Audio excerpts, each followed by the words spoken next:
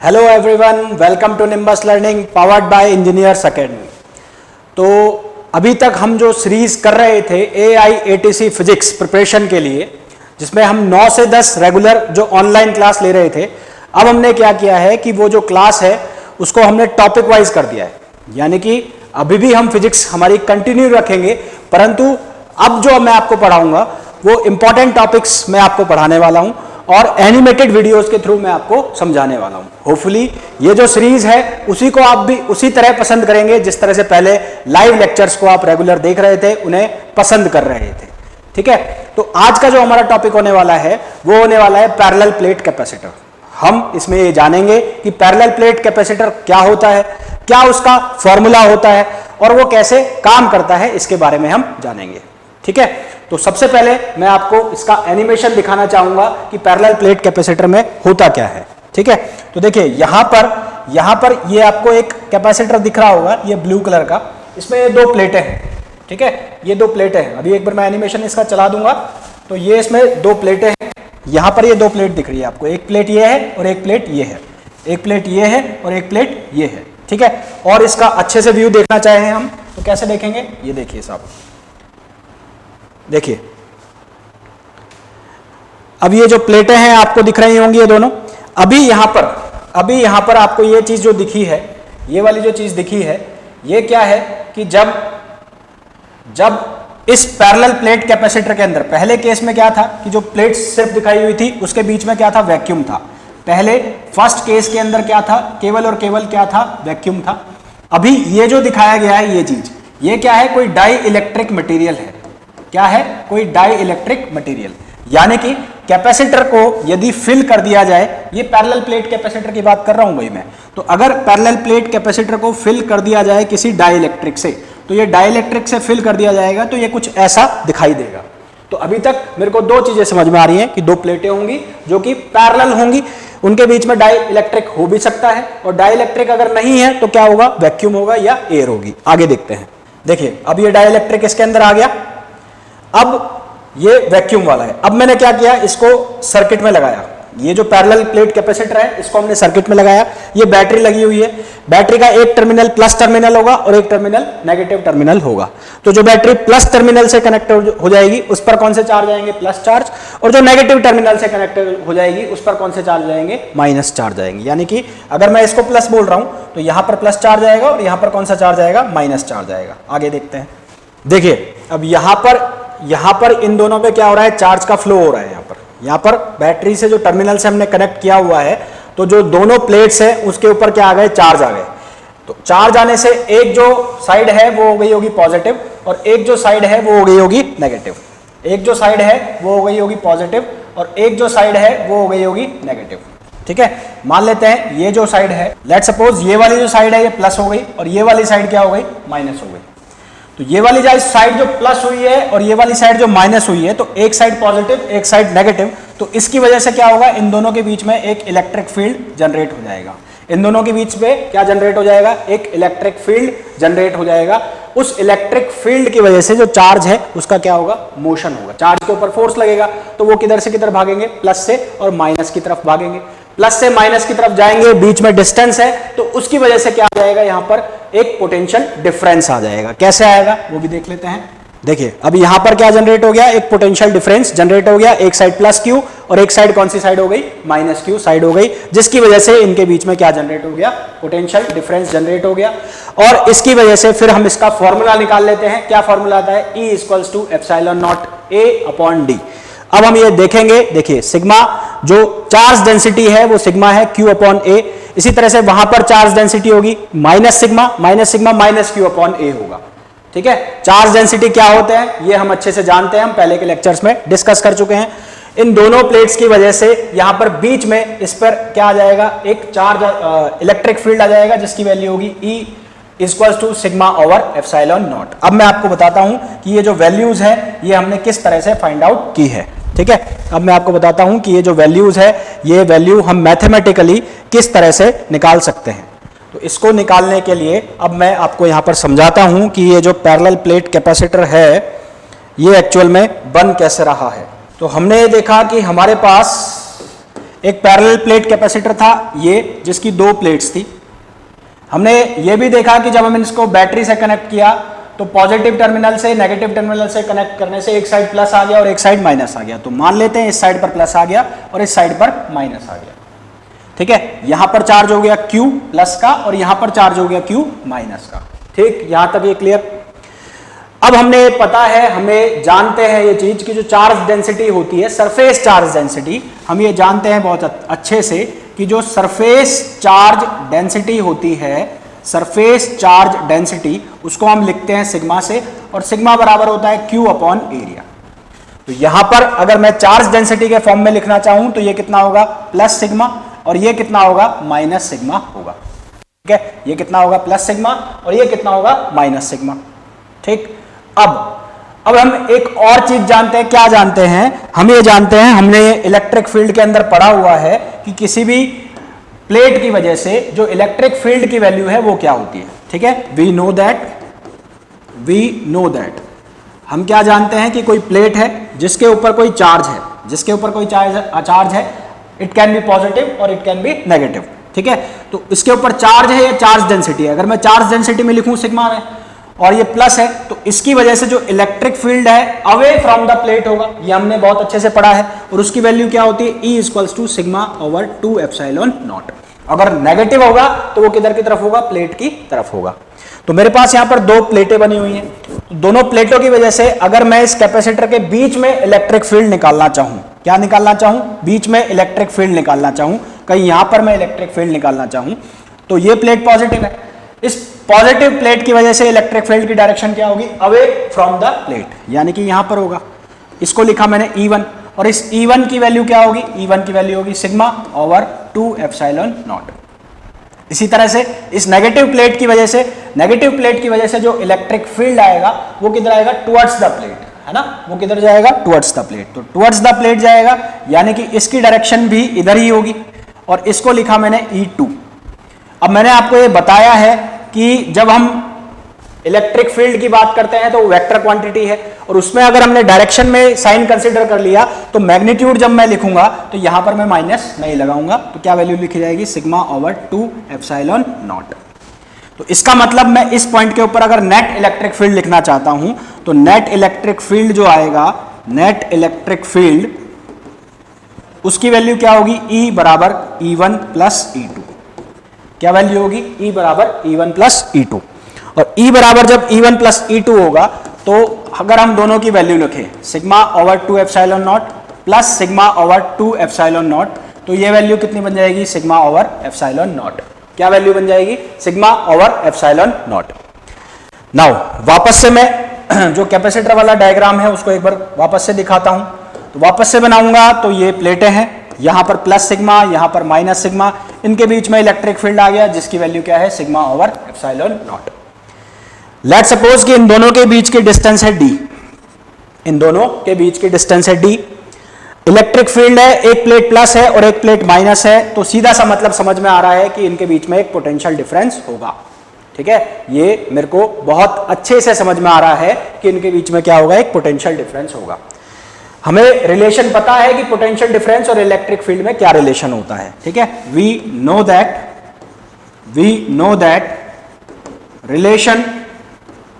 Relation between electric field and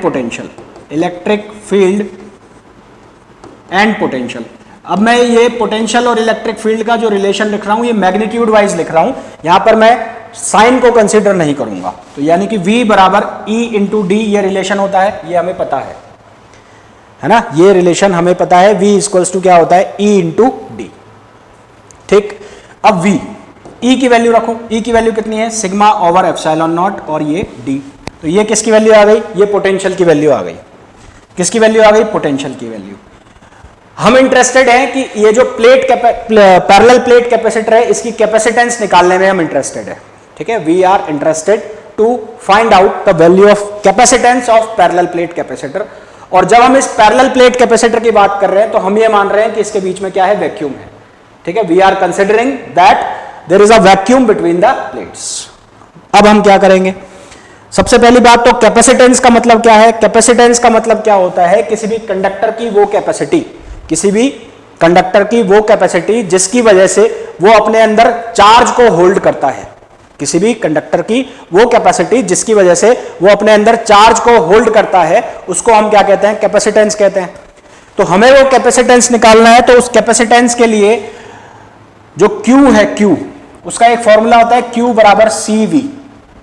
क्या होता है? Q बराबर CV, जहां C को हम क्या कहते हैं? कैपेसिटेंस। जहां C को हम क्या कहते हैं? कैपेसिटेंस कहते हैं।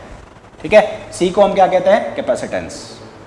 ठीक, यहां तक बात क्लियर? बहुत अच्छे से समझ में आ गया होगा। उसके बाद हमें C की वैल्यू निकालनी है, तो C किसके बराबर होगा? Q अपॉन V के। C किसके बराबर होगा? Q upon V। हमने वैल्यू निकाल ली किसकी? V की। V की वैल्यू क्या आई है? Sigma over epsilon not into D। तो ये वैल्यू को कहां रख दो? यहां पर। तो C की वैल्यू कितनी आ गई? Q ओवर V की वैल्यू सिग्मा, ठीक है, over epsilon not into D, ये वैल्यू आ गई। यहां से जो एप्सिलॉन नॉट है वो पहुंच गया ऊपर, तो C की वैल्यू क्या बनी? एप्सिलॉन नॉट, D नीचे रह गया, Q भी नीचे रह गया, सिग्मा, और यहां क्या रह गया? D रह गया। ठीक है, शुरू में मैंने बताया था, क्या बताया था? Sigma equals to Q upon A होता है। सिग्मा इक्वल्स टू क्या होता है? Q upon A। तो यहां से Q की वैल्यू को क्या लिख सकते हो? Q की वैल्यू को लिख सकते हो सिग्मा इंटू A। तो अगर Q की वैल्यू को सिग्मा इंटू A लिख सकते हो तो क्या बनेगा? ये बन जाएगा sigma into A epsilon not over D, और ये सिग्मा, तो सिग्मा से सिग्मा कैंसिल। तो यहां पे हमारे पास फॉर्मूला बना A epsilon not upon D। ठीक है, क्या फॉर्मूला बना? A epsilon not over D, जहां A क्या है? जो पैरेलल प्लेट है उसका क्या है? एरिया है। Where A is the area of parallel plate. Epsilon naught जिसकी वैल्यू फिक्स है, आपको पता है कितनी होती है? 8.85 into 10 power minus 12 unit. Comment करके बताना, मैंने आपको बताया हुआ है कि यूनिट के ऊपर क्वेश्चन आता है, तो यूनिट कमेंट करके मेरे को बतानी है जब भी इस वीडियो को देखो। D क्या है? दोनों प्लेट के बीच की डिस्टेंस है।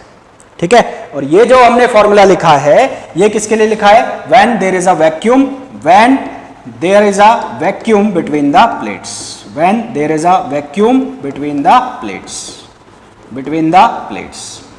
ठीक है, इतनी बात सबको समझ में आ गई होगी।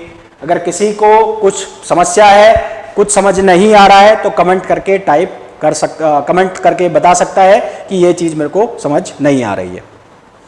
अब इसका एक केस बना लेते हैं। क्या केस बना लेते हैं? यहां पर हमने ये पढ़ा कि ये जो कैपेसिटेंस है ये कब है? जब दोनों प्लेट के बीच में क्या है? वैक्यूम है। अगर मैं कह दूं कि दोनों प्लेट के बीच में मैंने डाइलेक्ट्रिक रखा हुआ है, डाइलेक्ट्रिक भरा हुआ है, ठीक है, एक केस में बना लेता हूं।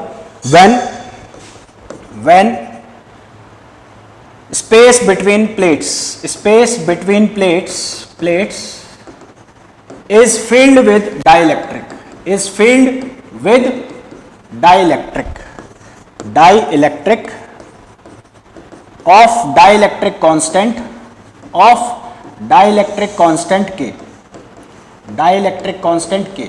ठीक है, यानी कि जो मैंने शुरुआत में आप लोगों को डायग्राम एक दिखाया था, जिसमें मैंने दोनों प्लेट्स के बीच का जो स्पेस है उसको फिल करा हुआ था किसके साथ? डाइलेक्ट्रिक के साथ। तो ये स्पेस जो पूरा है ये फिल कर दिया, पूरा फिल कर दिया इसको, पूरा ऐसे, पूरा ये पूरी डिस्टेंस के लिए इसको फिल कर दिया ऐसे D। तो अगर पूरा जो स्पेस है वो डाइलेक्ट्रिक से भरा हुआ हो, तो एक फॉर्मूला आप ध्यान रख लेना, हर चीज को तो ड्राइव कर नहीं सकते अब यहां पर। तो फॉर्मूला क्या आएगा? जो इसकी कैपेसिटेंस है वो बढ़ जाएगी कितने टाइम्स? K times. ठीक है, यानी कि फॉर्मूला हो जाएगा K epsilon not A upon D। तो आपसे यहां पर एक क्वेश्चन पूछा जा सकता है कि एक पैरेलल प्लेट कैपेसिटर है, पहले केस में वो दोनों प्लेट्स के बीच में क्या भरा हुआ है? वैक्यूम है, दोनों प्लेट्स के बीच में एयर भरी हुई है, उस केस में उसकी कैपेसिटेंस C है। यदि उसी प्लेटों के बीच में, उन्हीं प्लेटों के बीच में कोई डाइलेक्ट्रिक रख दिया जाए जिसका डाइलेक्ट्रिक कांस्टेंट क्या है? K है, तो जो नई कैपेसिटेंस होगी वो क्या होगी? तो वो कितने टाइम्स इंक्रीज हो जाएगी? K times. यानी कि जो नई कैपेसिटेंस आएगी वो कितनी आएगी? K into C। ये ऑब्जेक्टिव क्वेश्चन है, बहुत बार बहुत सारे एग्जाम्स में पूछा भी गया है, आपको ये ध्यान रखना है। तो एक तो मैंने ये बता दिया ये वाला केस जिसमें पूरा स्पेस भर दिया जाता है किससे? डाइलेक्ट्रिक से। दूसरा इसका एक केस बनता है जिसमें पार्शियली इसको फिल्ड कर दिया जाता है। ठीक है, पार्शियली का मतलब when space between the plates, between the plates filled partially। कैसे भर दिया जाता है? पार्शली का मतलब है एक प्लेट ये, ठीक है। यहां पर प्लस चार्ज होंगे, यहां पर माइनस चार्ज होंगे। हम मान लेते हैं कि ये वाला जो हिस्सा है ये भर दिया, सिर्फ इतना सा हिस्सा है, इसमें क्या भर दिया? डाइलेक्ट्रिक फिल कर दिया, जिसका डाइलेक्ट्रिक कांस्टेंट क्या है? K है। जिसका डाइलेक्ट्रिक कांस्टेंट क्या है? K है। इसकी जो डिस्टेंस थी वो थी D। इसकी डिस्टेंस क्या थी? D। और जो डाइलेक्ट्रिक है उसकी थिकनेस है T। डाइलेक्ट्रिक जो है उसकी थिकनेस क्या है? T है। तो ये वाली जो डिस्टेंस है ये कितनी बचेगी? D minus T. कितनी बचेगी? D minus T. तो अगर आपसे ये पूछा जाए कि इस कैपेसिटर के लिए इसकी कैपेसिटेंस क्या होगी, तो फिर से मैं आपको डायरेक्ट फॉर्मूला बता रहा हूं जो आपको यूज करना है। अगर ये वाला केस है तो इसका जो कैपेसिटेंस होगा C equals to epsilon not A over D minus T plus D upon K over D minus T plus T upon K, where T is the thickness of dielectric. Where T बराबर क्या होगा? Thickness of dielectric.